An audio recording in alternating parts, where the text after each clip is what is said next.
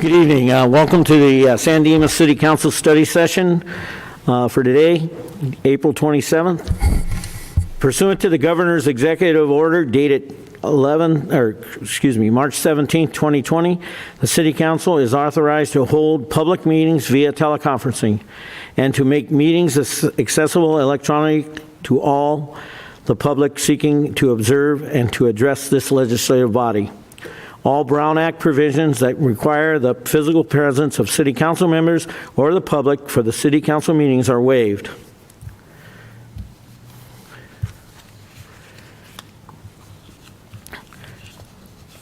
Please stand. I pledge allegiance to the flag of the United States of America and to the republic for which it stands, one nation, under God, indivisible, with liberty and justice for all.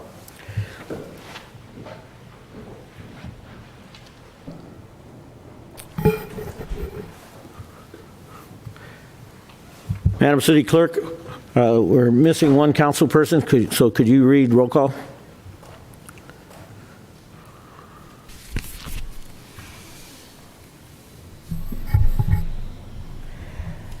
Councilmember Ebner. Here. Councilmember Viana. Here. Mayor Pro Tem Bertone. Here. Mayor Badar. Here. Let the record show that 4 council members are in attendance. Councilmember Weber has not arrived. Thank you. Sean, please, can you? Members of the audience are invited to address the City Council on any items on this agenda. Under the provisions of the Brown Act, the legislative body is prohibited from taking or engaging in discussions on any item not appearing on this posted agenda. However, your concerns may be referred to the staff or set up for discussion at a later date. Each speaker will be limited to 3 minutes. This will be the only oral communication period at this time. There will be 3 options for members of the public to participate during oral communications. There would be 1 oral communication period at the beginning of this meeting for the public to comment on any matter on or off of this agenda. Each speaker will have 1 3-minute opportunity to make their comments. At 2-minute mark, staff will announce 1 minute remains. Public comments will not be taken during each individual item, except that the public comments will be taken separately for the public hearing agenda. Public comments will be taken in the following order. Written comments received by email before 4 p.m. will be provided to the council, posted and on the website, acknowledged by name, topic, and added to the permanent record. In-person participants, current orders provide that only 15 people are allowed in the one room. Council members, staff, and members of the public will not exceed 15 persons requirement by the city in the City Council chambers. A speaker card will be required to facilitate and track the number of participants in the council chambers. If you do not wish to list your name, you may identify as speaker 1 or your number in the queue. The cards will be presented to the city clerk, who will call speakers to the podium in order that cards are submitted. Once 3 minutes has expired, speakers will exit the chambers using the double doors to the right of the podium and exit City Hall. Staff will be in lobby monitoring the number of attendees and ushering the speakers into the chambers when space permits. The third way is phone participants may call 909-394-6206 before the closure of the public comment period. Public comments may also be submitted by logging into the meeting through the Zoom meeting link provided in the agenda. Do we have any written comments? Mayor, there were no written comments submitted for tonight's study session. Okay, thank you. In-person participants? I'm being signaled that there are none. Any phone participants? Okay, none. Anybody on the Zoom? Okay. Okay, let's move forward. Tonight, we're going to be discussing the budget. Excuse me, Mayor. It looks like there was a hand raised on the Zoom.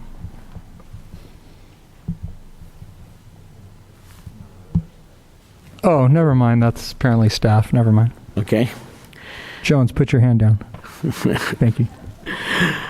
Okay, staff presentation for the year 2021-22 San Dimas Operating and Capital Improvements Program, City Manager.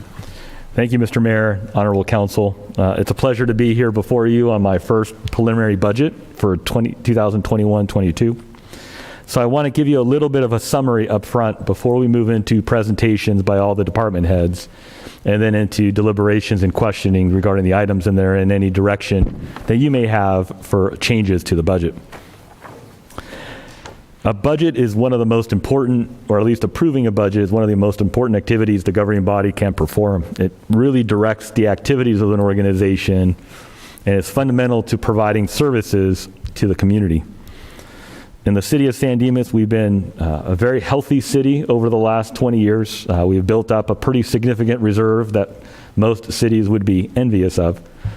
But as time has gone on, just like many cities, expenditures rise, obligations increase, and those have a significant pressure on a city's ability to maintain a structurally balanced budget. And so for the city, and then there are other extraordinary expenses, like in our case, for this next year, a significant expenditure of almost $1.8 million for planning and design related to the move of the city yard as part of our relocation due to the gold line. That is going to hit, we predict, fully in the 2021-22 year. But to compare where we are over the last 3 years, for every preliminary budget the city has approved, starting with 2019-20, we've projected a deficit. And so in 1920, we predicted a $1.4 million deficit, but we ended the year to the good of $201,000. In the current year, when we started with the pandemic, we had ramped down services in parks and recreation, cut where we can, eliminated expenses, and tried to go to a bare bones budget. But in that budget year, we predicted a $1.9 million deficit, and we're currently projecting to end the year actually $760,000 to the good. And so next year, in this budget before you, we project a $1.7 million deficit, which is less than what we had last year, except we now have the addition of $1.8 million for the yard relocation. And so we're looking at a projected deficit of approximately $3.5 million, which is about the largest that we've had before, but we have a pretty significant extraordinary expense. What we have to understand in how the budget was formulated, there's about $1 million of general fund revenue loss that we saw from last year. Last year, we were very fortunate to have businesses that benefited from the pandemic, others that didn't, but the ones that benefited from the pandemic had a dramatic increase in revenue that we do not expect to receive in the current year. We're incurring the yard expenditures for at least the planning, for which we expect to get some level of reimbursement in the future. It's now just the timing of that reimbursement may not fall in the fiscal year. So while we're spending $1.8 million, we may not necessarily see $1.8 million coming in to net zero that dollar amount. That may come the following year. We have ramped up dramatically our parks and recreation activity for the next year. Our presumption is with the COVID waning that we hope that we are able to provide parks and recreation activity in the community. And when looking at the facilities and those services are not fully cost recoverable, which means they're subsidized by the general fund and have an increasing negative pressure on the general fund balance because of those activities. In terms of all our remaining fee-based programs in community development, so planning, building, and in public works where we have fee-based recovery, we already knew that our fees are not cost recovery, and so we lose money on every fee-based activity generally. And so in this budget, you will see a fee study analysis being budgeted so that we can assess what the true cost of each service is and be able to approach the council with options to recovering those fees so that taxpayer subsidies are reduced and the general fund remains healthier. We expect in the next couple of months to be eligible to receive over $3 million in federal American Recovery Act funding and we expect that to fall in the next fiscal year. So if we do recoup, we're allocated $6.7 million, and you can recoup up to 50% of that in the first year and the remaining 50% in the second year. So in 2021-22, we expect to try to garner $3.3 million, which is revenue that is not in the budget. And so if that happens during the course of the year, we wipe out most of that deficit. We expect to, when we perform the fee study and approach the council, to sometime during the year present those revised fees, in which case we will garner additional revenue that we wouldn't have predicted in the budget, to the extent that we approve some of those fee increases to do cost recovery. We're continuing to do our internal operations. We will evaluation. We will continue. We did a reorganization of the Administrative Services Department. That reduced the current year budget of approximately $80,000. We project next year it'll be a net savings about $8,000, but we still have the remaining departments and operations to take a look at and see where we can garner efficiencies to reduce our overall cost. And then we expect to get some level of recovery, we hope, on the municipal yard move and sale as part of the goal line. So hopefully some of that resource falls into the next year. And as always, we don't necessarily expend all the money we're projecting. And so to the extent we budget expenditures next year and we do not expect and do not expend them, that further alleviates the pressure on the general fund. And there's a great potential that with the $3 million of American Rescue Plan Act money, we will again end up in the black next year. And so with that introduction, I'd like to turn it over to our new Administrative Services Director and Finance Director, Michael O'Brien, to start the presentation.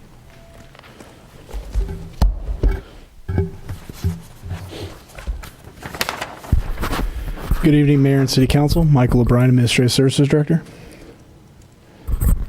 Next slide. Sorry, just waiting for the slide. Okay. So as we kind of dig into the weeds here, we just want to kind of discuss what are some of the budget goals that we look at when we're trying to develop the budget for the upcoming year. The main goals of our city is to enhance the quality of life for individuals and family lifestyles, promote a healthy lifestyle to connect our residents through programs and activities, and then provide a safe and stable environment supporting quality opportunities and experiences. So in order to provide that, what does that do to our bottom line? Well, as you may recall from the mid-year report, the 2021 beginning fund balance was $20,771,068, which was $2,107,230 above where we estimated ending the 2019-20 fiscal year when we adopted the 2021 budget. The 2021 budget also anticipated that would end the year with a balance of $16,788,387.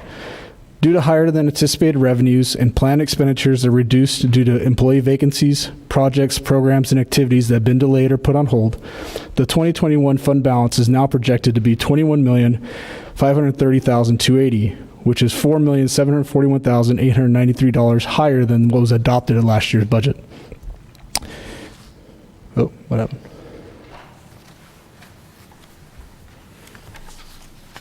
Okay. In terms of the 2021-22 proposed budget, the city is proposing a budget that will once again offer the services and programs that our residents have come to expect when we are not in a pandemic, and get back on track with our maintenance schedule, replacement vehicles and equipment that have gone past their useful life, and invest more in employee training and development in order to complete major road projects, and finally to begin the process for potential move of the city yard that may be necessary due to the goal line expansion. In total, revenues and transfers in are proposed to be $3,523,936 less than expenditures and transfers out, of which $188,385 is attributed to our normal general fund operations, $862,034 is for the required payment for the Civic Center bond, and a required transfer to Successor Housing Fund, which is part of the loan repayment from the former redevelopment agency loans. $1,030,517 is for infrastructure needs, and $334,932 for equipment and fleet purchases. Finally, the transfer of $1.795 million for the city yard redesign. If we were able to take the city yard out of the equation, the proposed budget would have a decrease of fund balance of $1,728,936, which is $146,515 less than last year's adopted budget loss of approximately $1,875,451. And the ending fund balance of $18,634,000 is $1,217,957 above what was adopted at the 2021 year. Next slide. If we look at our reserves as a percentage of expenditures. Questions on that page? I'm sorry to ask you for questions. No, that's fine. I was just going to get this slide and then ask for questions, but we can go ahead and go to that one.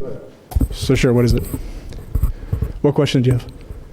What is that, with this transfer out for city yard design? That is something that's already been determined? That is related to the gold line. That was the 1.8 million I mentioned earlier that we have to plan for to be able to do the move. So this, Plan for the future. That's money we will expend next year for when we identify a site to design what the new yard will look like. Yes. And the net differences transfers, we have 3.3 million. What does that represent? so that's the transfer out for 1.892551, which is for infrastructure and equipment needs for the coming year. And then the 1,795,000 for the city yard redesign. Together, that adds up, when you also factor in what we're going to get in from other funds, the gas tax, the landscape district, or sorry, the Fund 7, I believe, and then some AQMD funds. We had 352,000 that come in, and that difference is 3,335,000 in the red. Thank you. You know, since we are on that subject, 1,795,000, and that's for design. Yeah, We don't that's- even know where we're moving it at, so how can we come up with a price of how to design it? That was an estimate that came from the consultant who's working on our feasibility study. You're right, Mr. Mayor. The actual dollar amounts, we don't have a precise figure for. Our consultant has calculated the cost of the yard that we need, the cost of site improvements, undergrounding, grounds, structures that go on the building. The assumption is the size of any property we would walk into would facilitate the yard that we need, but the actual property we may land on may be larger, may be smaller, and then adjustments have to be made to that budget. And so currently we're projecting just, based on our consultant's review, $23 million for everything but the acquisition of land. And the acquisition of land would, depending on how large the size of the land is, what type of process we go through, can be anywhere from 3 to 5, 6 million. And again, all of that just really depends on where and what kind of yard we build. All right, the obvious question next is, how do we pay for some $23 million or $25 million structure, yard, that's a full year of our budget? How do we pay for that? That's a very good question. There are a number of different options. One involves the gold line. When they purchase our property, would be making a payment, obviously, to that, which would recoup the design costs that we need to have, some of the acquisition costs, some of the construction costs. We just don't know what that dollar amount will be. Another alternative could be debt financing. You could be debt financing / cash payments from reserves. There are several options, but it's a very significant obligation. It's 100% plus of our general fund expenditures. Okay, thank you. I'm sorry there, Mike. No, you're fine. No, it's okay. On the same, as long as we're on that subject, for the design work, that sounds like a lot to me. I mean, I don't know what we're looking at, but it seems that before we commit that kind of money to design, and I know there's some time because we first have to identify a site, and then we're going to hire somebody to do it. But I think that the council should be informed. What kind of a city yard are we talking about? It sounds like a different type of city yard than we have right now. And I'm not saying we don't need new buildings or anything else, but like what is basically the list of things that are going to be in that city yard, and and I'm not saying right now to talk about it, but before we spend over $1 million in just designing it, let's have some input on what we're asking them to design. Well, I think we're a little premature because we want to vet internally what the consultant had put together based on what Public Works desired, because we also want to value engineer the project. And so what we need to ensure is that the funding is in the budget for the preliminary steps in the process. Yeah, I have no problem with that at all, but I just heard you say what Public Works wants, and I'm all for giving Public Works everything they need. but the city council should know what that is I agree. before we start designing.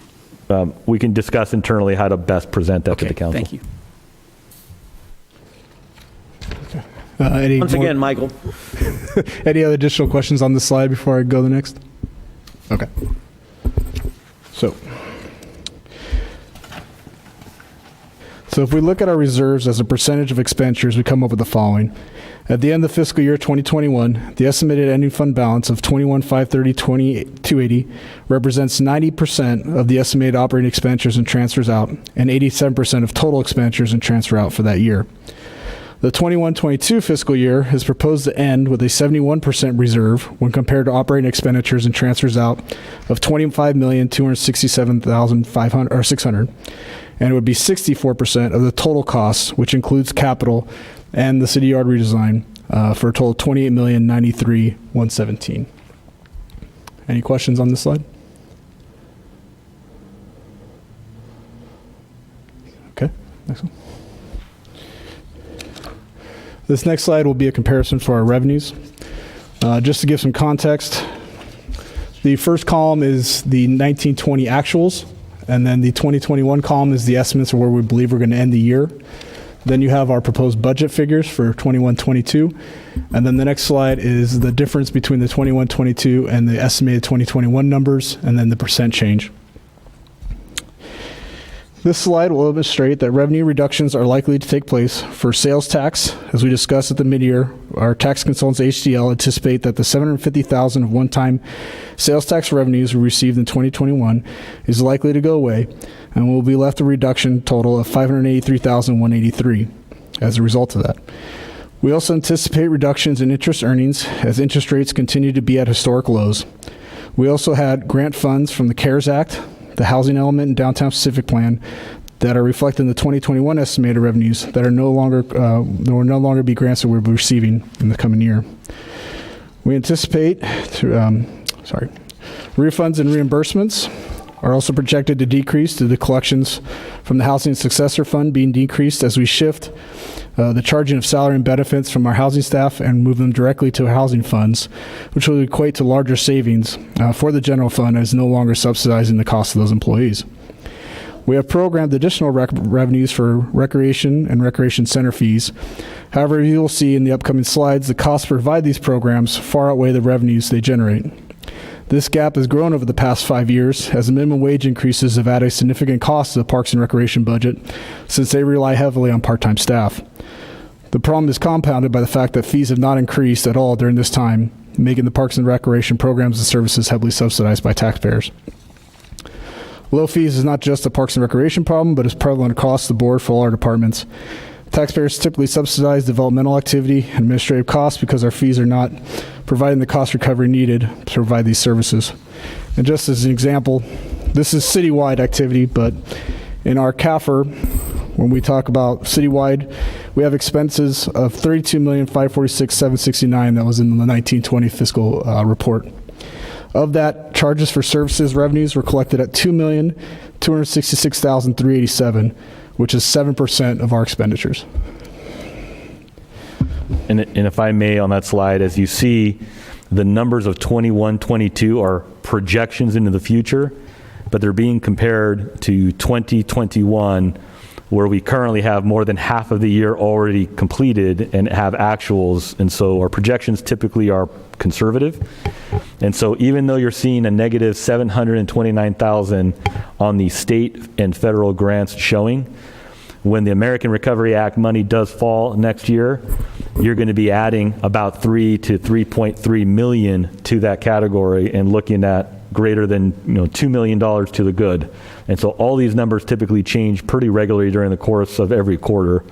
And so you have to understand that while we're showing $1 million of lost revenue, the actual, I believe, will turn out better. So you're predicting that the loss in sales tax Yes, and the reason being, we had the one-time influx of revenue from local business that benefited from the COVID-19 pandemic, which I don't believe will happen next year. While we do see some increases from restaurants reopening, which will make up some of that, it won't make up the total difference that we will be losing from those one-time fees no longer coming in, or taxes no longer coming in. So, council member, we have the luxury, there's only a handful of us that legally have the ability to see tax return data from every business to business.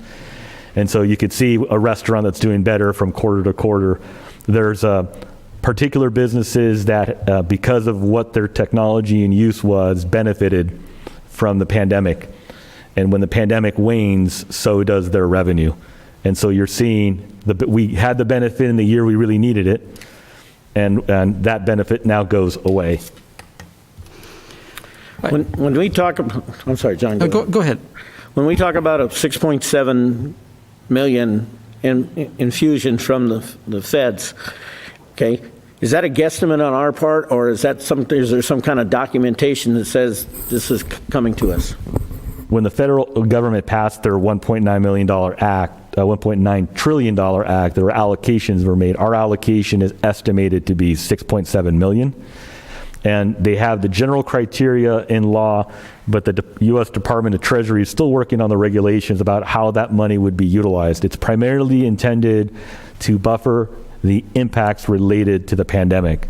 So revenue that you should have received, but for the pandemic did not. That difference is something that you could claim against your 6.7 million as a recovery. And so what they're trying to do is bridge cities and counties and school districts like us to carry us through the pandemic, so as times are better, we get back on the same path, and this little drop isn't as big as it is like we're feeling it right now. Thank you. One thing that's worth pointing out, I think, is the sales tax revenue. So as you say, on the slide you have up there, you have 2019 and to 20, what the actuals were. You have what we think we're going to end up with this year, and then you have the proposed budget. What we don't have is what the budget was for last year's sales tax. So the original budget for last year, so you see the number, the actuals for 2019 to 20 were 6.8 million. We budgeted only and expected only 6.1 million on a conservative budget last year. Now, due to a lot of the special tax we got during the pandemic, for various reasons, that ended up the 7.9 that you're, almost $8 million that you're talking about. But going from the 6.1 budgeted last year to 7.3 budgeted this year, or expected this year, that's actually a pretty good curve as far as sales tax compared to past sales tax receipts. Just something to think about. What's happening in sales tax retail economy is pretty incredible. We're seeing the benefits of outside retail sales that are occurring because of a lot of the change where sales are coming. Now we're receiving that revenue, and so we're very fortunate that the revenue started hitting at a time when we were seeing other businesses, restaurants, hotels, recreational activities go downward. We were starting to see additional revenue coming from the online side.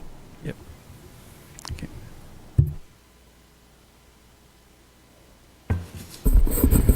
Any further questions on the revenues? No? Excellent. All right, so now we'll go into our specific administrative services budget. So just to go over some of the essential functions of our department, we basically cover city management, city clerk, human resources, financial management and planning, city attorney budget, economic development, information technology, risk management, and public information. And just to go kind of over a couple of the highlights from the past year of the activities that took place. We started with one of the big things we did this year was the administrative services reorg, which we believe will ensure redundancies and improve efficiencies. Refinancing the mobile home park. We had a tremendous year as far as having to react to the COVID-19 pandemic in order to put in safeguards and measures in order to get back open to the public as soon as possible and have our employees be able to work at City Hall safely. We created online submissions for filing claims and did a number of online activities in order to keep business going. developed action plan summary minutes to city documents, improved internal policies and procedures for submitting and processing staff reports, and we issued 2,387 business licenses and 786 annual parking permits.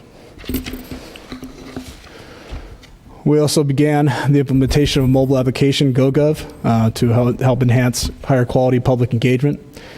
We also programmed the city council chambers to accommodate public meetings throughout the pandemic.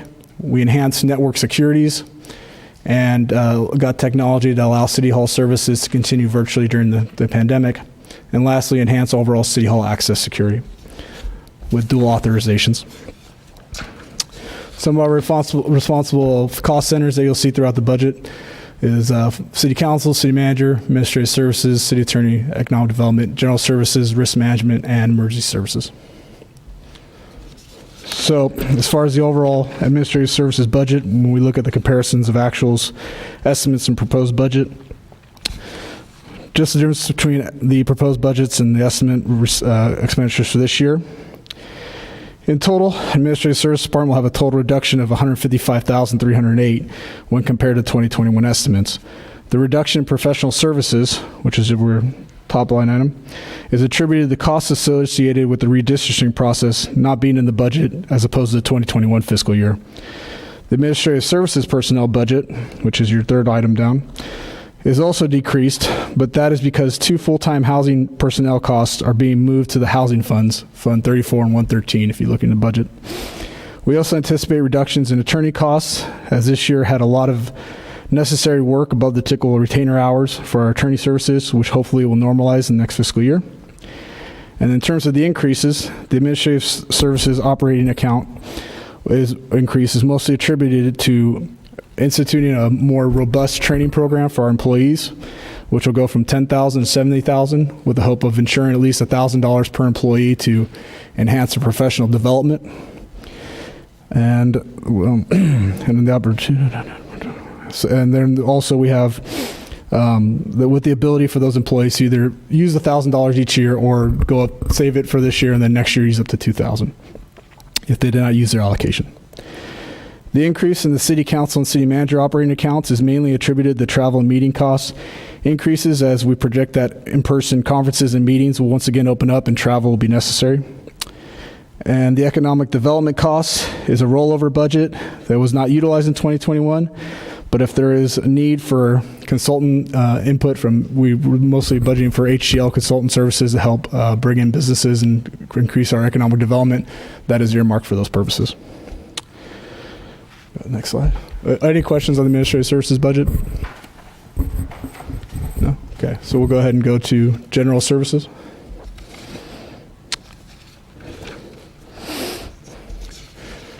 In total for General Services, we're looking at an increase of about $33,991. This is partially attributed to professional services will have an increase attributed to a number of factors, which includes a budget of $130,000 for class and compensation study and a fee study. There are also increases to computer professional services, which will include the GoGov app contract. Also, we'll have increases or contract increases for software licensing fees and enhanced security upgrades, which include dual authentication when signed into the city system.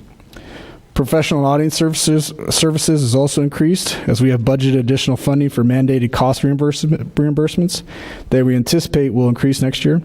These mandates typically bring in much higher revenues than the cost for the consultant to prepare the reports, but what specific mandates we'll be submitting for have yet to be determined, so we have not adjusted the revenues to reflect what we might expect to bring in with these additional reporting. And then finally, we added $25,000 to complete our ADA transition plan. We started a couple years ago, but it got put on hold, so we're looking to finalize that report with JPIA. And then the increases for operational costs is mostly attributed to an estimated increase. What we'll need to do to be accrued to the 2021-22 salary and benefit expenditures for the portion of the final payroll period that goes across fiscal years being larger than the previous year's accrual. The CPI increases for the cable services is also part of that increase. In terms of employee benefits, they are anticipated to increase mostly because of PERS unfunded liability costs increases, but also cafeteria increases that were done in order to keep pace with rising health plan costs carried over into this year. In terms of emergency services, those will be decreased as the city has made necessary expenditures to provide a safe environment for employees and customers, along with making the necessary technological upgrades, conduct contactless meetings. The proposed budget has room for additional PPE equipment, but overall the emergency operations account will go down significantly. And then again, in total, the increase is about $433,991. And then in terms of, I'm sorry. Services that declined so much. Well, so basically in this last year, we had to spend a lot in order for PPE equipment, technology upgrades.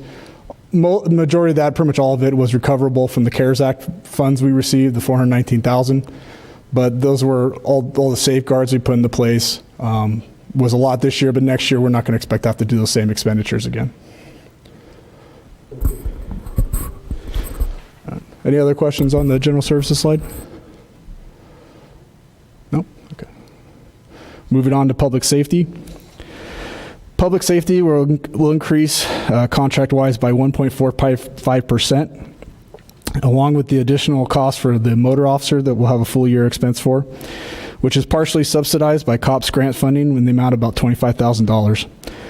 The motor officer will also increase the liability trust fund account and by the amount of,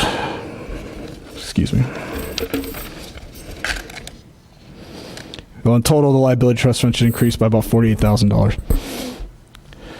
The service supplies increases are mainly due to the increase in cost for animal control services, which is now structured in a way that could produce higher revenues for the city.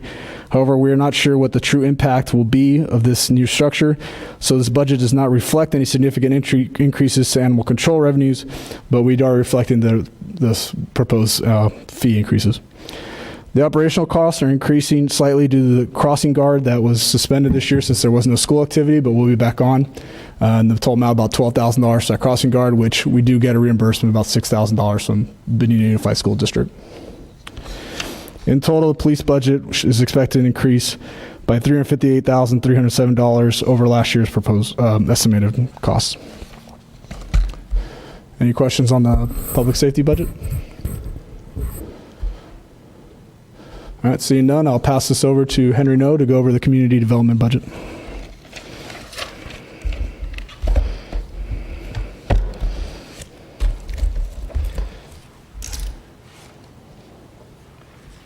Thank you, Michael. Good evening, Mayor and members of the City Council. The Community Development Department encompasses 4 divisions: the Planning Division, Code Compliance, Building and Safety, in addition to the recently added Housing Division. Some of our essential functions within community development includes improving our community while preserving our character, engaging our community through planning-related projects, in addition to upholding federal, state, local building codes, and ensuring property maintenance. Some of our major activities within community development includes the housing element update is currently underway. In addition to the objective design standards, it is anticipated that those projects will be completed later this year. The entitlement process that we completed includes Popeye's Restaurant, which will be located at the vacant Sizzlers building along Village Court, in addition to the Dixie Rose Barbecue Restaurant, which will be located within our historic downtown.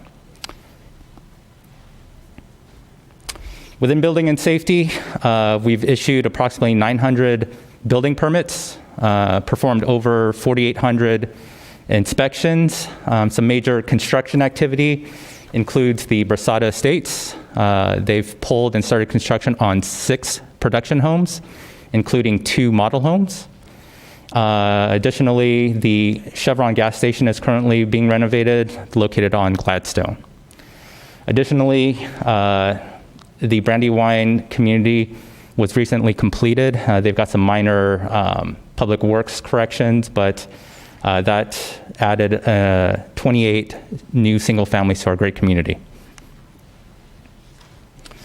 Within code compliance, we've resolved over 1,000 violations this year, We've implemented the code hotline and online reporting system that has assisted in streamlining and making more efficient our code logging our code cases. In addition, code compliance has actually led to coordinate and collaborate with outside agencies such as the sheriffs, our business community, such as Sanders Tow, and other divisions within departments within our city, such as Public Works. They successfully had a program, the Etch and Catch program, which was very well received recently. In addition to collaborating with Public Works to educate the residents about our alley maintenance and bulky item pickup, that has increased our quality of life and cleaned up our alleys. Some of our major budget objectives for this upcoming year is to complete our housing element update and to get that adopted through HCD. In addition, recently staff has released our RFP for the very important downtown specific plan. So in the near future, staff will be bringing forward to the City Council a staff report and a recommendation to enter into an agreement for our consultant to start that very important process. Additionally, more long range would be the comprehensive general plan update that hasn't been updated in over 30 years. Some proposed staff changes. Currently, community development has one full-time associate planner, a full-time assistant planner, and a part-time associate planner. We are proposing to eliminate the part-time associate planner position and reclassifying the associate and assistant planner position to a senior planner and associate planner position, which will provide an approximate saving of approximately $61,000 per year, fully loaded. This is important because our associate planner position in our planning department is currently doing not only current planning, but the advanced planning projects such as the downtown specific plan, the objective design standards, the housing element update. So we're very busy with a lot of advanced planning types of projects. Let me just ask here, since we're talking these proposed changes. I still continuously hear about folks that are making applications, and it seems like their comments is that you guys need more planners. Okay, my question to you is, do we need another planner?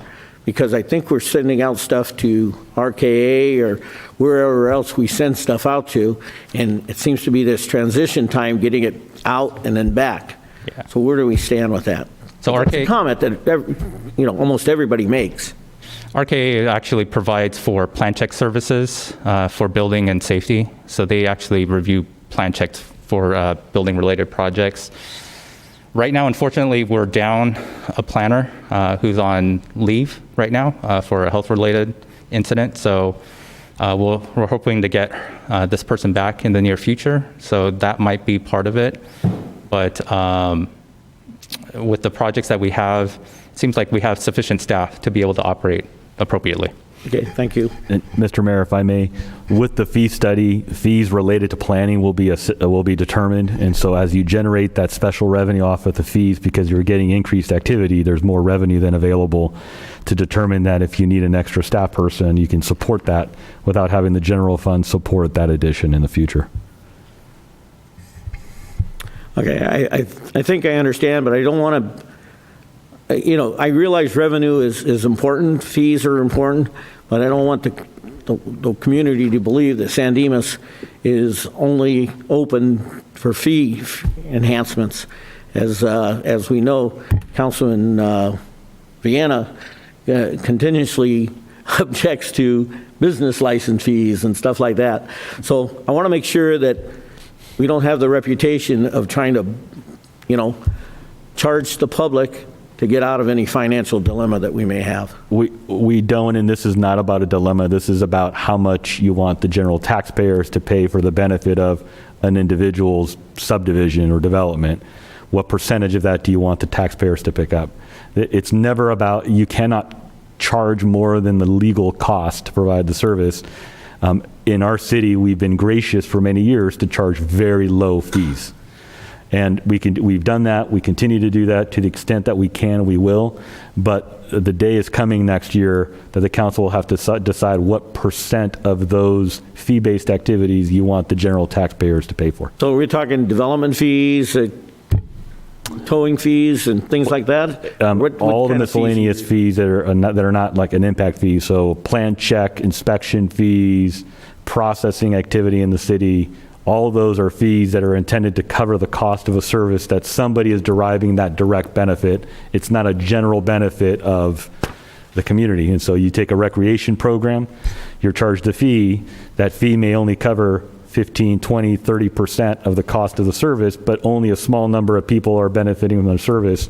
You need to make the policy call to what extent do we want to subsidize that or what the right percentage is. And so you're right. We don't want to give the impression that when we talk fees, it's about a money grab.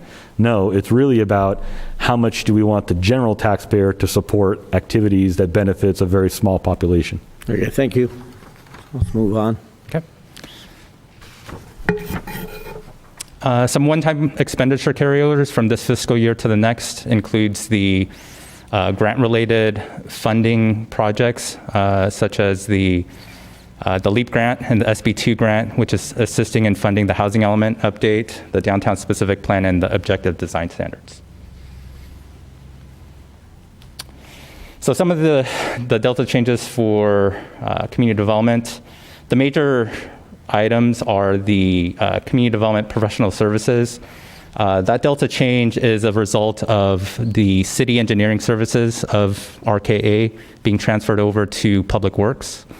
So under previous administration, it was within community development. It's better represented to be under Public Works. So we're making that change. In addition to the community development special projects that we just recently discussed, and which is grant funding. So there's a total of approximately 22% reduction in overall budget from expenditures estimates from this fiscal year to the next proposed budget. That concludes my presentation. Any questions?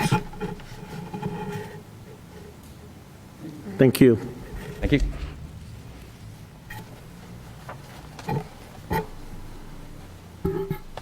Parks? Yes, good evening, Mayor and City Council members. Brad McKinney, I'm the Acting Parks and Rec Director. Go ahead, John, next slide. The Parks and Rec Department is made up of 3 divisions, which include recreation, landscape maintenance, and facility maintenance. And as I go through the Parks and Rec section of the proposed budget, it's important to remember that the pandemic and guidelines had direct effects on all of our program classes, facility rentals over the past year. And as I go through some of the highlights, I'm extremely proud for what our community was provided during this pandemic and some of the events. And as we go through, it was a nice recap to remember all the things we actually did during this difficult time. Some of the 2020-21 special events included a successful 60th birthday event. This event included drive-in movies for 3 days that accommodated 291 vehicles and approximately 1,100 people over 3 nights. National Night Out event was a drive-through event with approximately 450 people and a 27 vehicle caravan throughout the city. The 12 Days of San Dimas was a great event. Staff had to be creative in developing various events over 12 days that included drive-in movies, virtual activities and contests, and even Santa Claus visits. Next slide, John. Some more of the 2020-21 recreation programs included the Halloween Spectacular event that included 207 vehicles for 2 drive-in movie events, 350 vehicles for the Candy on Elm Street portion of the event, and 50 vehicles are registered for the Haunted Drive. A total of 606 vehicles and estimated 2,250 people participated in the event over the 2 days. And also, given the COVID guidelines, programs and classes were limited, but we did provide aquatics programs and some outdoor recreation classes. Next slide. To aid in the pandemic, the city created the SD Cares program and continued some of its senior services. The number between September and December 2020 are on the slide, but to capture the activity throughout the most of the pandemic and over the last year between April of 2020 and April of 2021, the SD Cares average number of weekly participants was 197. The city received donations and delivered 3,098 food packages. Staff created a drive-up delivery option where approximately 3,000 food packages were picked up. And the hot meal program also included another 1,300 meals that were distributed. The senior lunch program throughout the pandemic had curbside pickup, had an average daily participants amount of 166 per week, and distributed a total of 49,476 meals over the last year. In addition, the cooling center had been open 42 days over the past year and accommodated 517 people. Next slide. Some of the capital improvements included the Civic Center fitness area, which is gaining popularity by the day. I see more and more people out there. The tennis and basketball courts were resurfaced at the Splex, Pioneer, and Loma Vista Park. The completion of Arrow Highway median, multiple trail rehabilitation projects, and playground replacements were completed at Ladera, Serra, and Loma Vista parks. Next slide. A lot of our facility projects involve safety protocols surrounding COVID. The city was able to incorporate plexiglass barriers, sanitation stations, entrance and exit, and safety procedures to allow City Hall to remain open to the public and accessible throughout the majority of the pandemic. I want to personally thank the Parks and Rec Department for being creative through all of this and thinking outside the box. And the events and programs and safety protocols I just mentioned were not possible without the talented staff. And I know there's been some transition there, and I just wanted to thank them personally in this presentation. I know that a lot of them are listening, and the community out there. We have a talented group of individuals in the Parks and Rec Department, and I can't think of another city that put on programs and services like we did here in San Dimas. So thank you. Next slide. So the Parks and Rec proposed budget includes a regular program year. As City Manager Constantine mentioned earlier, our goal is to bring back pre-pandemic program services, rental facilities. So all of these programs, classes, and facilities came to a stop back in March of 2020, which is why the numbers that are included on this slide indicate lower actuals in 2019-20 and 2020-21 estimates. The proposed budget is also taking into the potential reopening June 15th, which would include the whole next fiscal year. The proposed numbers on this slide include percentages that look unusually large, and this is due to its being compared to last year when program classes and facilities were not happening because of the pandemic. And also, as mentioned earlier, one of the bigger factors is the minimum wage increase, and Parks and Rec Department relies heavily on part-time employees, and that minimum wage increase has affected this department probably more than others because of the use of part-time employees. The Rec Center personnel and Recreation Center operations and capital include all of our part-time staff for programs and pools, which you'll see up there is increased by approximately, when you're comparing to the pandemic year, by 90%, I believe. The recreation facility operations includes the facility rentals that didn't occur during the pandemic, and staffing, which is assigned to those facility rentals. All the other cost centers remain similar to prior years, and the senior center personnel was reduced due to some staffing changes where employees were hired at lower pay steps. Overall, the Parks and Recreation budget is proposed to be increased 17.5% from the pandemic year. And if the COVID guidelines prohibit programming classes activities into this next fiscal year, then these costs will be reduced because we won't have the programs or the need for staff. This concludes my presentations on Parks and Rec. Any questions? Any questions? Okay, let's move on. Public Works.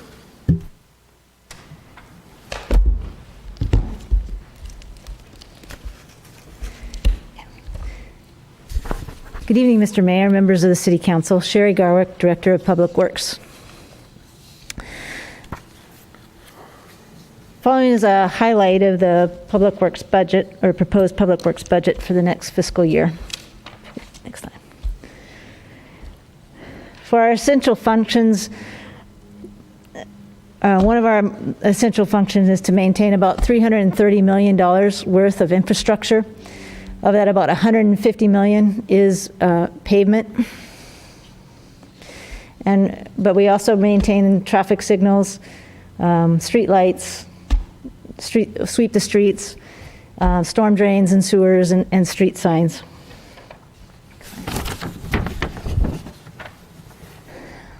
To maintain the infrastructure, we are responsible for the capital improvement projects, of which we spend about $3 to $5 million a year on capital improvement projects for all the different categories of infrastructure.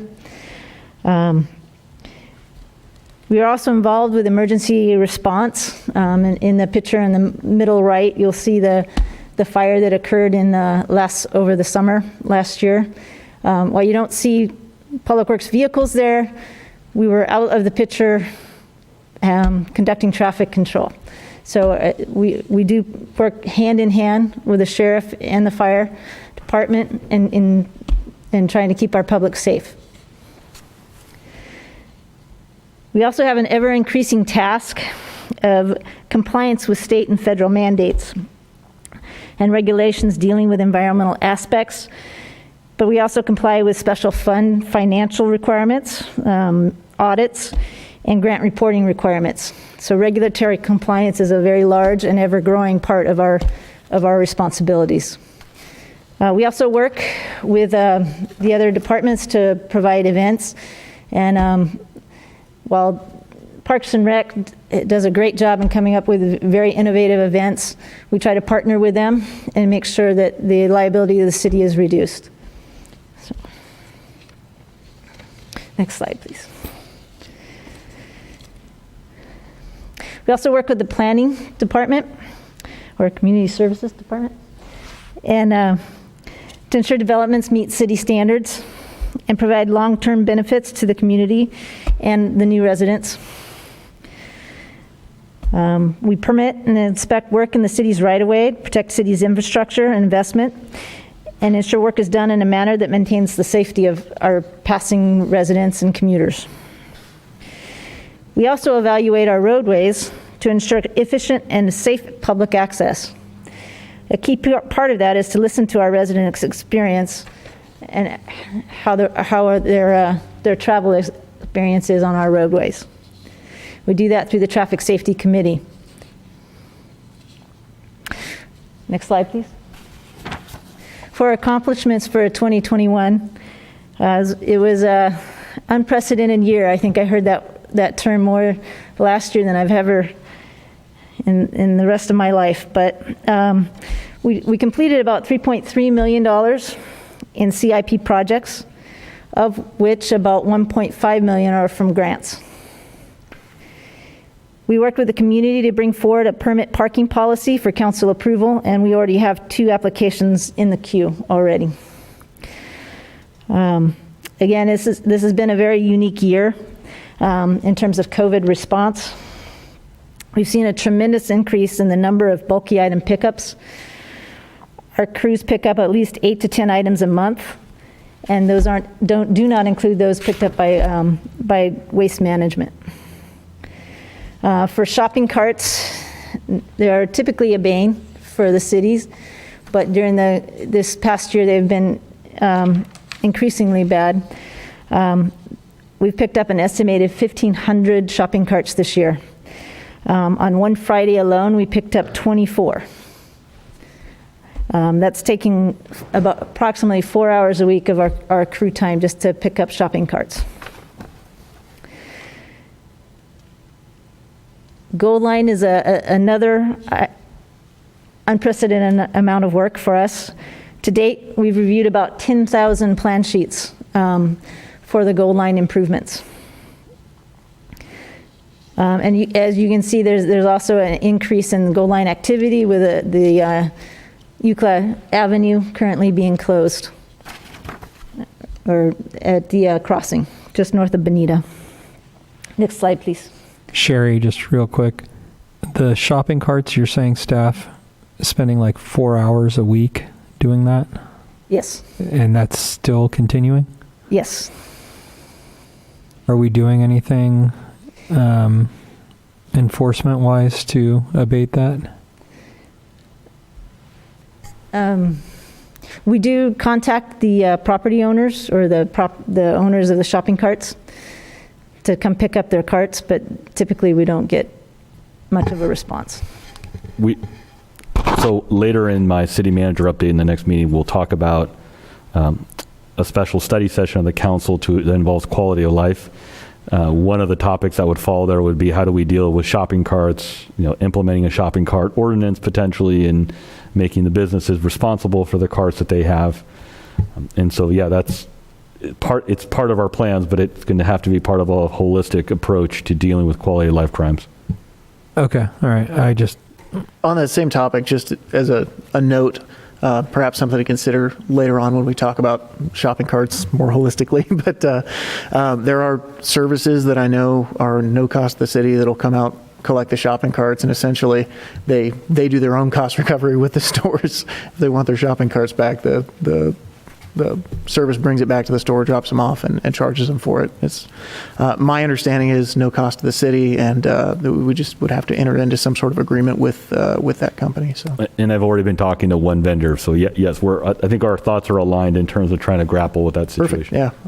Yeah. My concern, for it to be frank, is that in my experience in my law enforcement career, I worked a city that had this problem, and literally the location, the company who was constantly losing these carts, literally saw it as a significant loss each time these things disappeared, to the point where the city was basically told if the city didn't help abate this problem, that they were going to leave, and it was a significant sales tax revenuing business.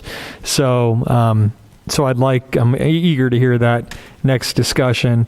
There are a lot of options, but to abate the issue and work with it, but it's not an easy nut to crack. But it is one that I think could impact the budget if it's not addressed, depending on, we want to matter what business it is, but especially a large sales tax revenue generating business would not be good. So, thanks.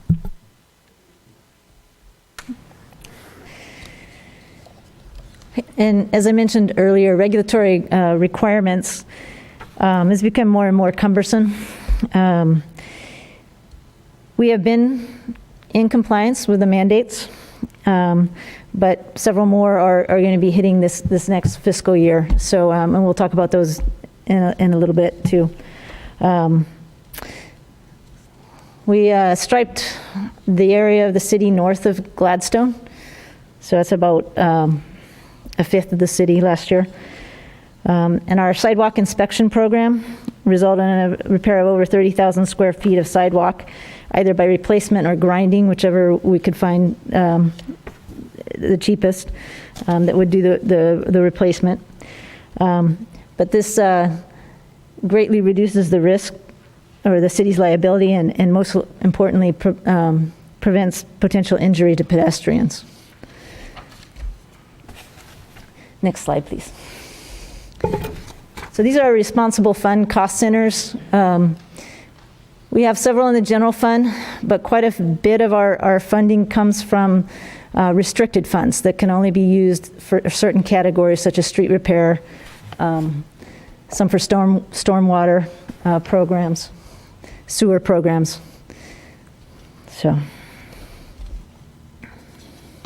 So many of these funds also have special auditing requirements and other compliance requirements. Last council meeting, you approved the funding for SB1 that has to be submitted by May or June of every year. Next slide, please. So our major goals and work plan items for next year is, one of them is the gold line.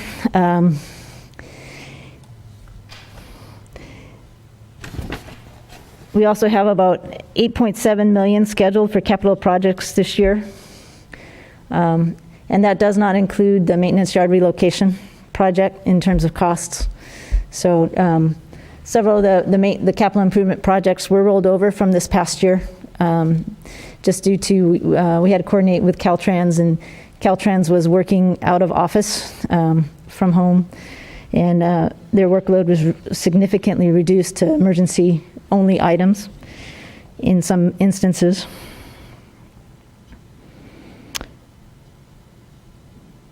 And then again, we have regulatory compliance, and I have it up there again. This next year, we have SB 1383, which is the organics waste recycling requirement that's going to come into effect on January 1st of 2022. And the state will, or the city will have to have several processes implemented by that time, and we'll be coming back to you requesting approval of an ordinance that meets Cal Recycle's requirements. So that's a significant amount of work, and it will also entail potential costs to our residents as they have to pay for the organic recycling. So that's one of the categories of regulatory compliance. Another one is on the stormwater permit. There is a new stormwater permit that is projected to be adopted next year.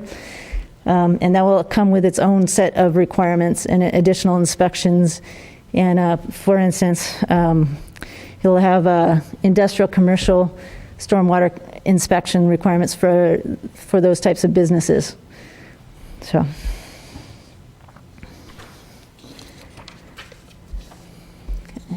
Next slide, please. A part of our goal is to acquire grant funding. Next year, in the anticipated 8.3 million projects, we'll have about 2.6 million in grant funding. Part of that will include traffic signal upgrades. We're putting 200,000 in traffic signal upgrades, and with the county, we've partnered with them to get some grant funding for about 800,000 in upgrades. So there'll be about $1 million in traffic signal upgrades next year on Arrow Highway.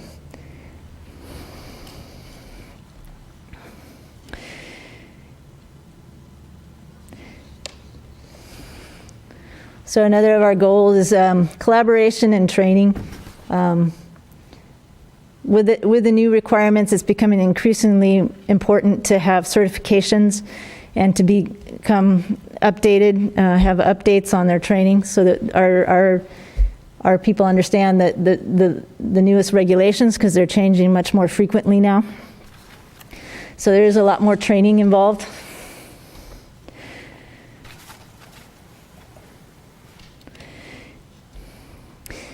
And I think the bottom line for the city is how to meet these increasing requirements without an associated increase in city costs. We need to operate more efficiently and take advantage of several of our systems that we have in place. Some of those we have, this next year, we're looking for a work order asset management software that'll help us for whenever there's with our sidewalk maintenance, if there's an injury that occurs, we can see whether or not we've, when was the last time the sidewalk was maintained, and that's provided some protection from liability. Another program that we'd like to take advantage of is our pavement management system. You can see on the screen there, that's the pavement condition index. If you can show the next slide. Our pavement condition has been going down in the previous years, and that impacts our costs in that it's much more expensive to reconstruct a street than it is to slurry it. So if a street's in a condition, in fairly high condition, you can slurry it and preserve it. Cost of slurry is about 10 cents a square foot or 10 to 15 cents a square foot. Whereas if the street drops to below a certain condition, you have to reconstruct it or do a more expensive repair process, such as an overlay. Overlays are $2 a square foot. So we want to make sure we keep our pavement condition index higher. Just in the current program that we have right now, a lot of this program models our pavement for us, and it recommends, based on the pavement condition, the repair methodology for the streets. In previous years, we've had much more slurry recommendations, as our pavement condition index drops, we're seeing a lot more overlays recommended. So, next slide, please. Oh, Sherry? Yes. Just on the pavement index, I noticed at the end of the presentation, there were a number of public works projects, and a lot of them were street repairs or street reconstructions. And you may be getting to that later, but as far as the pavement index in this slide, a number of the benefits outlined in those specific projects was that it would raise the pavement index a little bit. So what do you think we're looking at then? I noticed that on the slide we're still sort of in the lower part of the good range at 58 or something like that, down from 62 in 2016. So if we did those projects you're talking about in this coming fiscal year, what effect would that have? I would say probably in this fiscal year we'll be up in the mid-60s again. Really? That's a big is what I'm jump. anticipating. Okay. Great, thanks.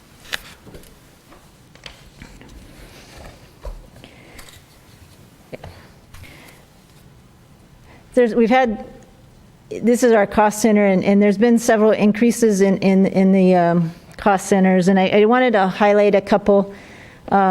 It's very difficult to read that slide, and I can't really read it on mine either, so I apologize. There's a new fee that's proposed for 2021-2022. It's the $135,000. It hasn't been present before. And what that fee is for a consultant to help us, assist us meeting the requirements for SB 1383, which is the organics trash recycling, right? But they're also there is to help us negotiate with waste management for the cost increase that's gonna occur with our residents. So to help us protect our residents from the cost increases as much as we can. But we're proposing to hire a consultant to work with us that's familiar with and has worked with many other cities that are going through the same organics recycling requirements. So that is $135,000 that's next year and not anticipated any for further. Some of the other increases, as Henry mentioned, we are taking on the city engineering contract services, so that's one of the significant cost increases. Also, you see on there the public works NPDES costs. Part of that increase is anticipated from the adoption of the new MS4 permit. So it's a stormwater permit. There will be required inspections for the industrial and commercial businesses. And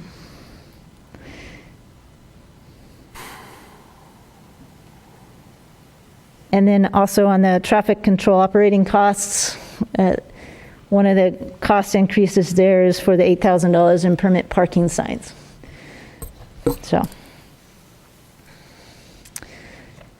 So overall, we do show an increase in our public works budget, and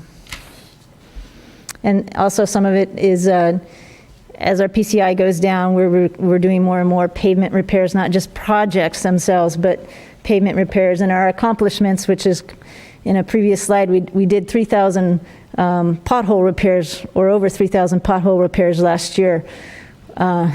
I'm not sure, I mean, our guys go out and do a lot of the pavement repairs when our residents call in, but one of the indications of a low PCI is that you're doing a lot more maintenance. So that's part of the increase that you're seeing here is the cost of asphalt's being factored into our estimated budget. Can go next part. So on the list is on the chart is a list of proposed major capital improvement projects. Several of them rolled over from this past year. Again, getting the approvals from Caltrans and the railroad were slower than anticipated due to COVID. But we also have several residential projects that we've programmed in via Vaquero west of San Dimas Avenue and Derby and Kent. And some street lighting projects that I'll be talking with you about next meeting as well. So, or this evening after 7. So, next slide, please. We also manage the fleet for the city. So these vehicles are proposed for all the divisions. For instance, the F-250s are for parks and landscaping and facilities, as is the dump truck. Sherry, are these electric vehicles or just regular gasoline, diesel, or what? They're gas vehicles. They're gas vehicles. These are. And are they adding to our fleet or are they replacing older models? They're replacing older models. And I'm just trying to be judicious in this. Do we need all 5 of these vehicles? Or can we make do with 1 or 2? I'm just wondering.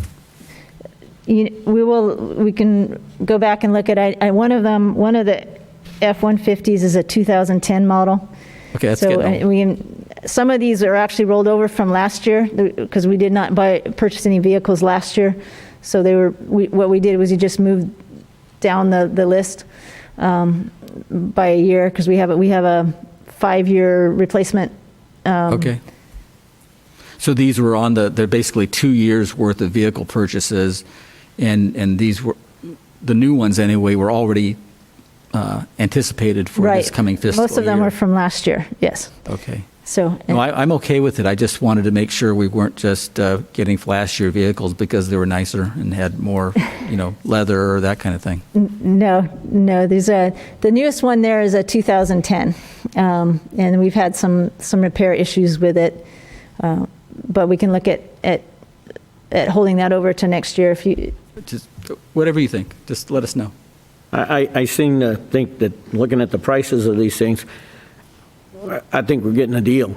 You go out to start looking at trucks and stuff like that. I'm telling you, these prices, I'd like to be able to buy a truck for these kind of prices. Yep. So, and I understand exactly what John's talking about, but we do need to update whatever needs to be updated, and eventually maintenance will catch up to us. Mm-hmm. Yep. So. Did we last budget, if I recall correctly, you had some other things besides this, right, that were in here besides the vehicles? That's my next slide. But yes, we did last year we actually had a list of vehicles to purchase, like the trucks. Those were all postponed till this year, and then they purchased a rototiller and a. I believe that was a Toro Dingo. I'm sorry, it's a Toro Dingo and a walk-behind aerator, and those were purchased last year. Did we buy the Toro thing? Yes, Mayor. Oh, we got the Dingo. All right. Well, thank you for doing more with less, and hopefully we can figure this out this year. Thank you. Okay, thank you. Next slide, please. Okay, so and here's some of the alternate equipment that we're proposing. So the forklift is a 1985 Nissan forklift, propane powered. It's we've Band-Aided it for several years, so, and the replacement for 35,000 is actually a used one, so we're looking for a used piece of equipment here. So, the asset management software was put on hold from last year, and we're bringing this back for your consideration again. This is, again, it's across departments. It's both us and Parks and Rec that would be using this software. Does that, and maybe it's a Michael question, if I recall a few years back with some of our audits, there was some things regarding internal controls and it related to asset management. Would this be something that would further enhance or help, I guess, mitigate some of those things? I know we mitigated them because they haven't appeared in the audits that subsequently came, but is this something that would further enhance our ability? Well, in terms of what came up in the audit, it was more of the accounting part of it, right, where having now the system with Cassell, we're able to properly record, track, and depreciate assets through the system where we'd have issues with Excel spreadsheets and things not adding up the way they should have. So that part's done. What this asset management program is really about is tracking all our assets, keeping track of when things were actually replaced, when they were repaired, maintained.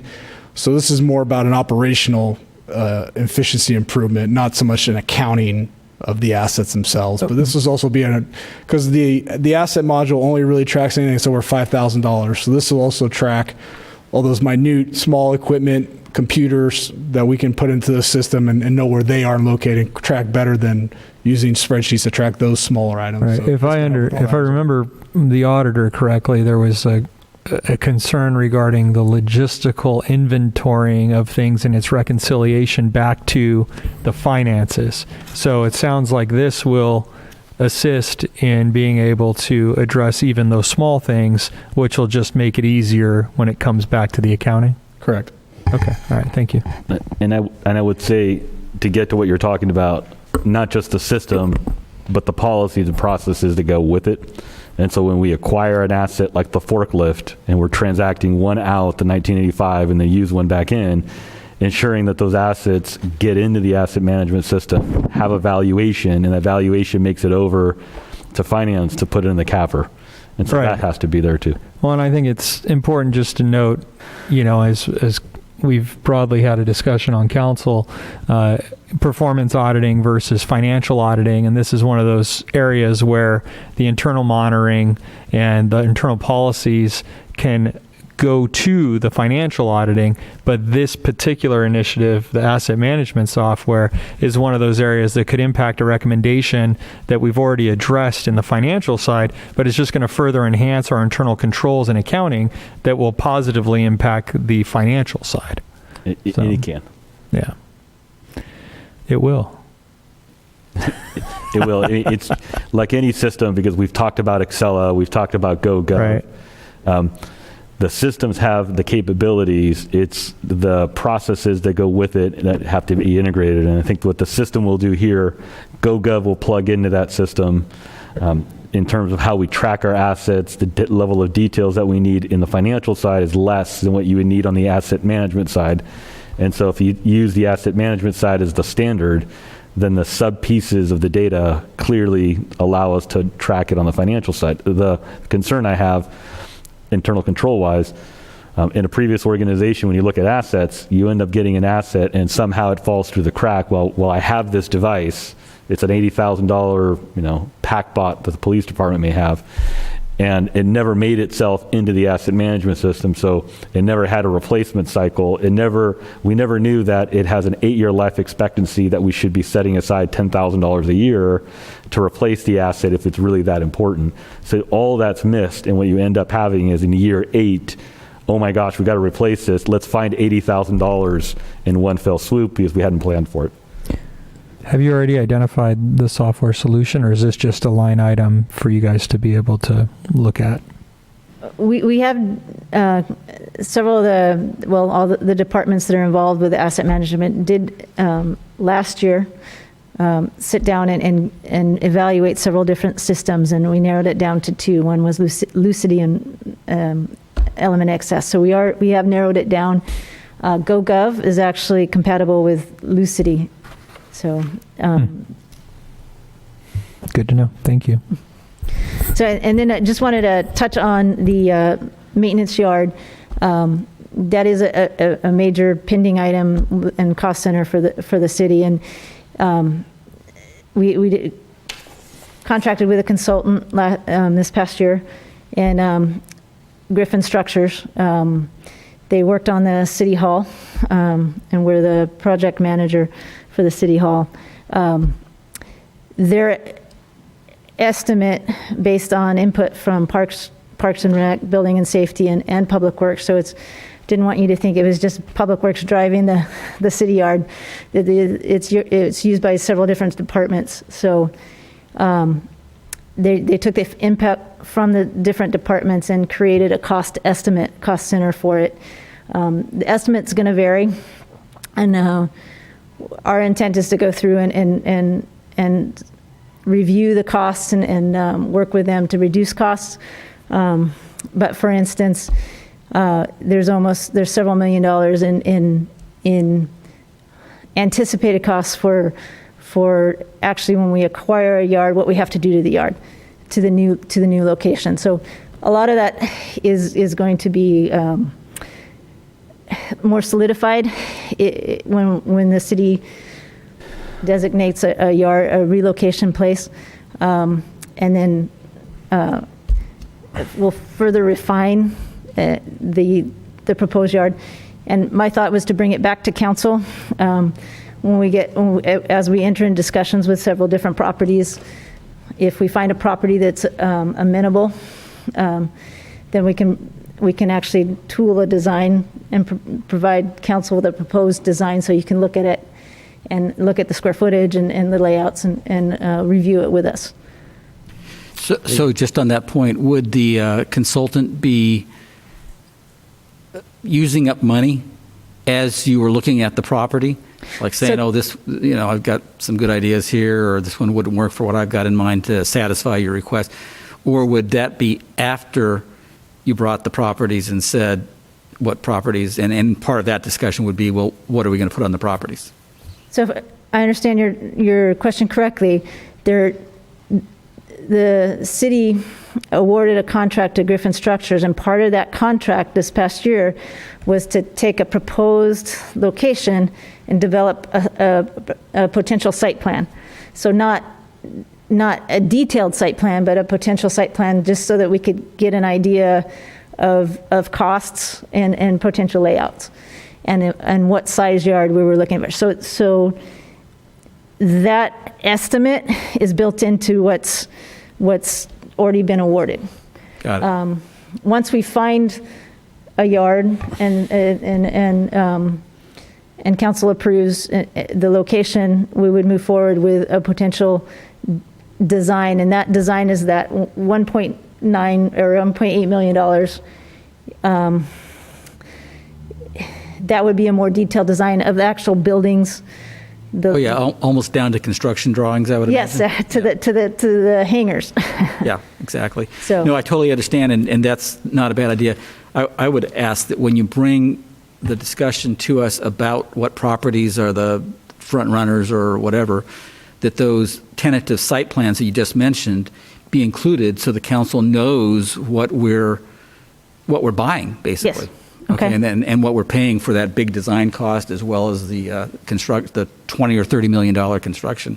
Absolutely. I mean, for that amount, we could, at least based on past estimates, maybe it's gone up now, we could build a whole new rec center with a pool and everything else. So, Or combine them. It's just going to be good to know what we're getting into, what we're looking at. No, absolutely. The intent is to bring it back to council as we progress once we get to a point where we can progress further. So now we have a kind of an estimated cost based on, this is the square footage you need for a crew of 6. Okay, and you have 60 vehicles, so this is the parking spaces that you need within the yard, and then you have parking spaces that you need outside the yard for the crew members. So we had to do those rough estimates to find out how much property we're going to need. Right. Well, thanks a lot, Sherry. I know Thank you're you. on it. Okay, thank you. Any further questions from Sherry?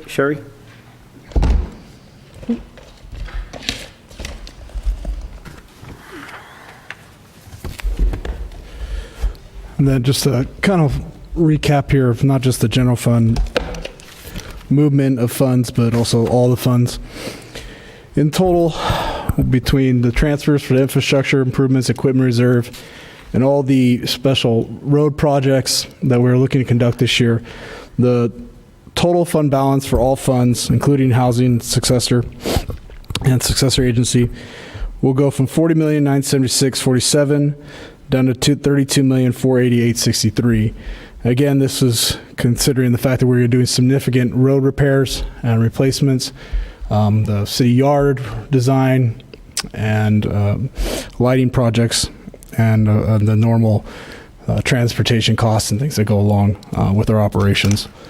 So while the difference is large, we are doing a lot of work that will hopefully reduce future maintenance costs of these roads, since they're pretty significantly worn down, raise our index, and improve our overall efficiency operations.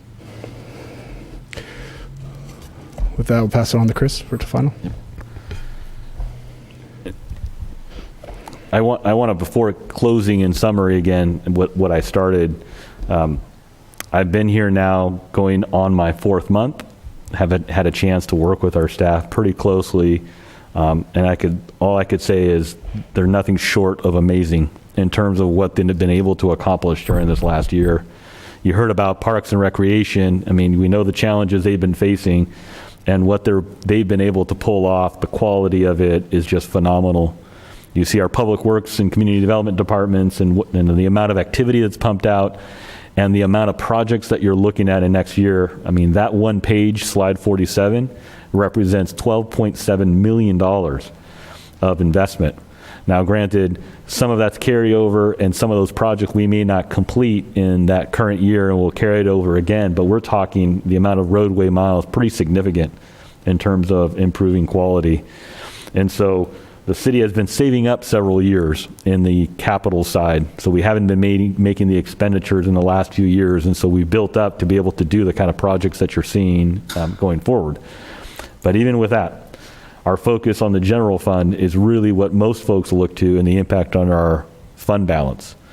And so, like the previous years, we're predicting a deficit. It's not as large as it was if you take out the yard, and when you consider what's coming in on the inflows, we're still going to probably end up in the black or break even. And so the significance of the loss, I mean, you look at an $8 million swing from a $40 million bottom line to a $32 million line, you think, oh my gosh, what's going on?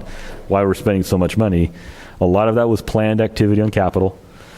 Some of it involved the unique needs of the city when it comes to the yard, and it's mitigated by what we expect to get in on the back end with federal monies.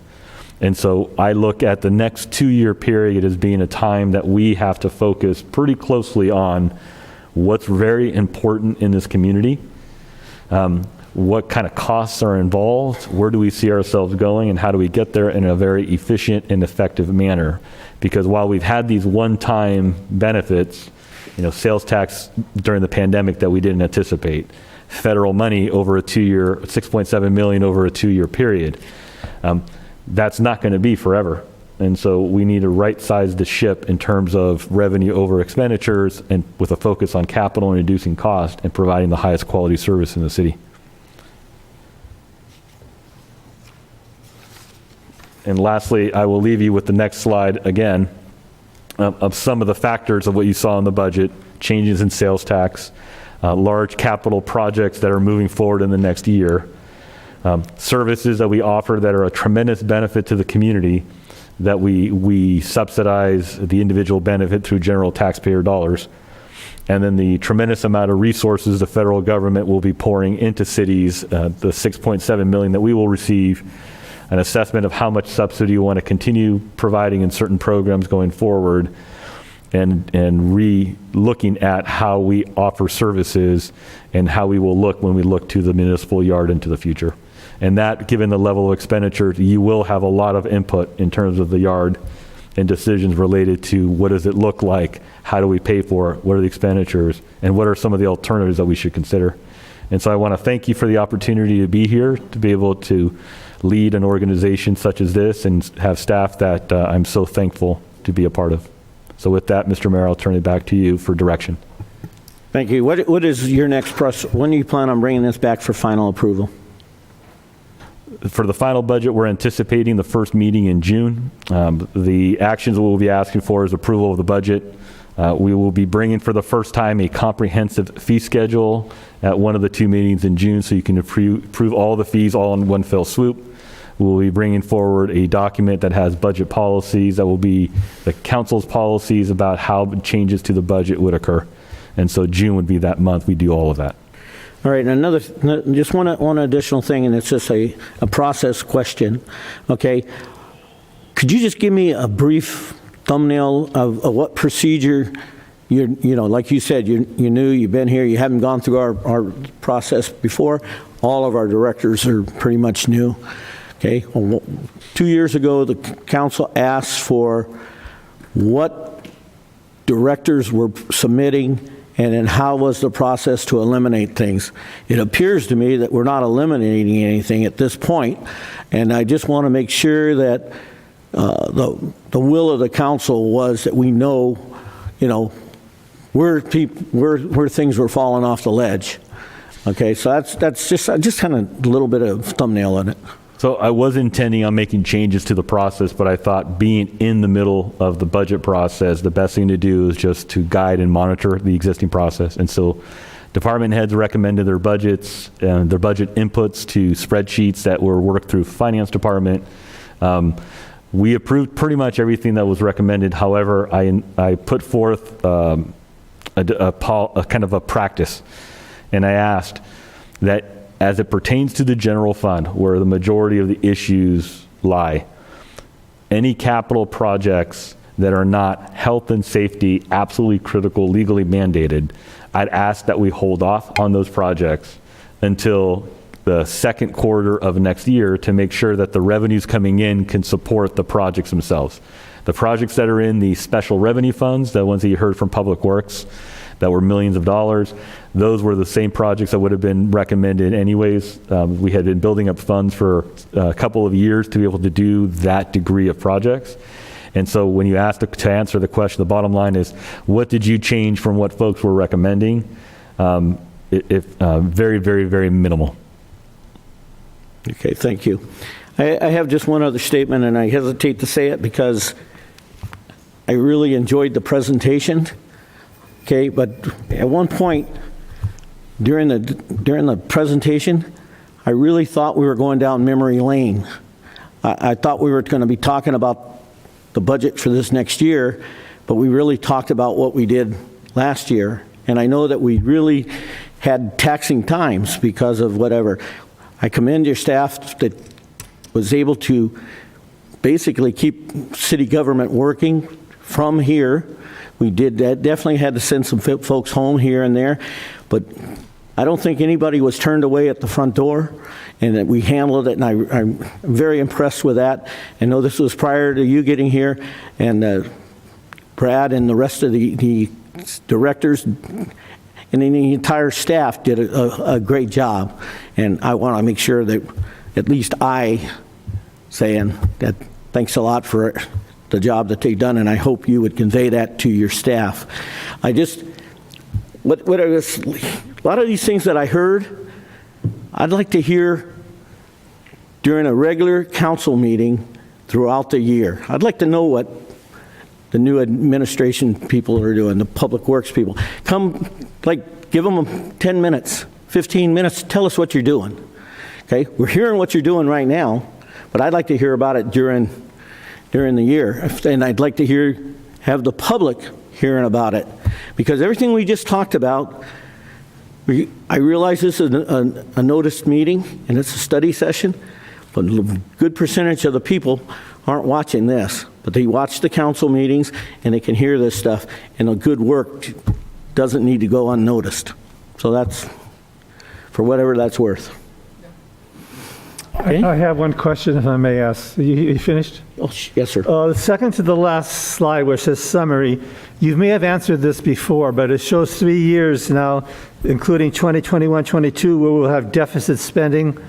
When do you project this will end? Because you can't continue every year having deficit spending. So when we do, what you're seeing right now is a preliminary budget. It isn't the final approved budget. And so when we present a budget for a future year, we have to make quite a number of assumptions. So we're making assumptions on revenue that's coming in, and we tend to be conservative. And so HDL, our contractor, where we think we probably are going to get $7.6 million in sales tax, we may look at that, and HDL look at that and say, we really believe 7.2 is a safer number, because if you project 7.6 and actually you only get 7.2, you budgeted $400,000 more in expenses, and that will become a hard liability to you during the course of the year. On the expenditure side, we budget for a position, we have to budget like we assume that person will be here the entire year, when we know we have vacancies in the organization. And so if we wanted to reduce the deficit as you see it right now, we could look at the organization and say, we really only staff realistically to 95%, because people come and go. We budget $100 where we think realistically we're on average going to expend 95.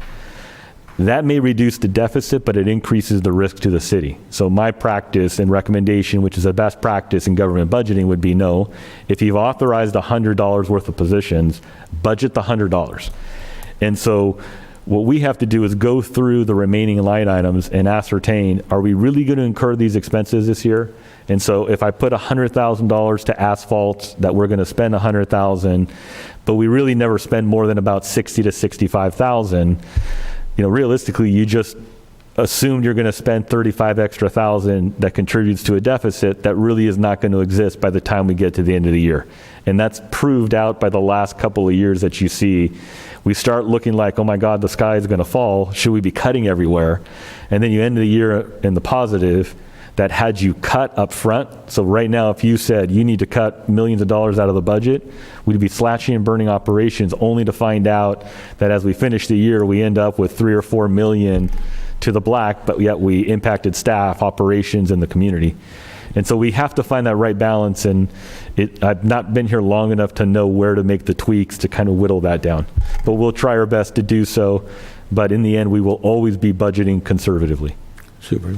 Thank you. Any additional questions? I think we'll adjourn this meeting till our 7 o'clock meeting in about 15, 20 minutes. Okay, good night.